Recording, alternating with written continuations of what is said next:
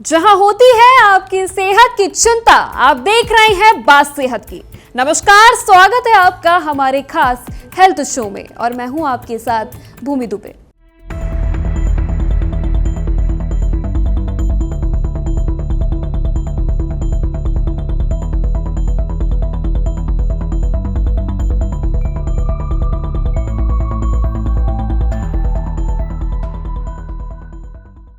Delhi NCR समेत देश के कई हिस्सों में इन दिनों मौसम का मिजाज बदला हुआ सा नजर आ रहा है। लगातार बारिश और तापमान में उतार चढ़ाव के बीच एक बड़ी स्वास्थ्य समस्या सामने आ रही है। दिल्ली में इन्फ्लुएंजा ए यानी स्वाइन फ्लू H1N1 के मामले तेजी से बढ़ रहे हैं। दिल्ली सरकार के हालिया आंकड़ों के मुताबिक इस साल 6 अगस्त 2026 तक दिल्ली में स्वाइन फ्लू के 1339 पुष्ट मामले दर्ज किए जा चुके हैं। अस्पतालों में मरीजों की आवक बढ़ी है।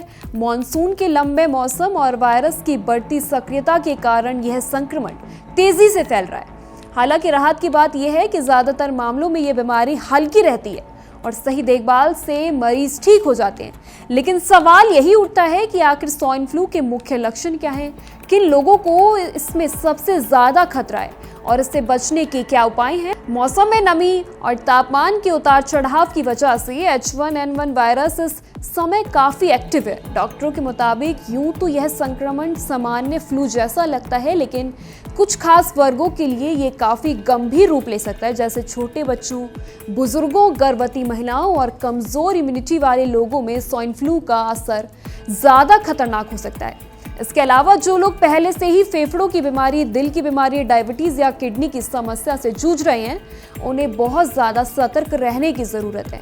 ऐसे मरीजों में संक्रमण होने पर सांस लेने में भारी तकलीफ जैसे गंभीर समस्या पैदा हो सकती है। स्वाइन फ्लू की चपेट में आने पर शरीर में कई तरह के लक्षण एक साथ दिखाई देने लगते हैं। अगर आपको या आपके परिवार में किसी को अचानक तेज बुखार आए तो इसे सामान्य मानकर नजरअंदाज न करें। ऐसे प्रमुख लक्षणों में अचानक तेज बुखार आना, लगातार खांसी, गले में खराश और जकड़न, सिर दर्द और शरीर मांसपेशियों में तेज दर्द, नाक बहना या बंद होना और अत्यधिक थकान महसूस होना।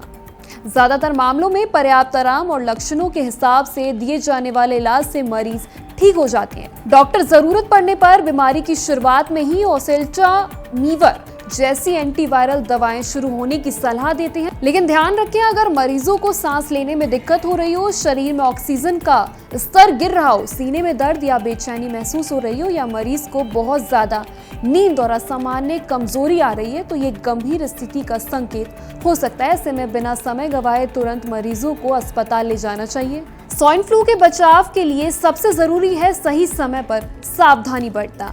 हाथों की सफाई, दिन में कई बार अपने हाथों को साबुन और पानी से अच्छी तरह धोएं। संक्रमितों से दूरी, सर्दी, जुकाम या फ्लू से पीड़ित लोगों के संपर्क में आने से बचें और भीड़भाड़ वाली जगहों पर जाने से परहेज करें।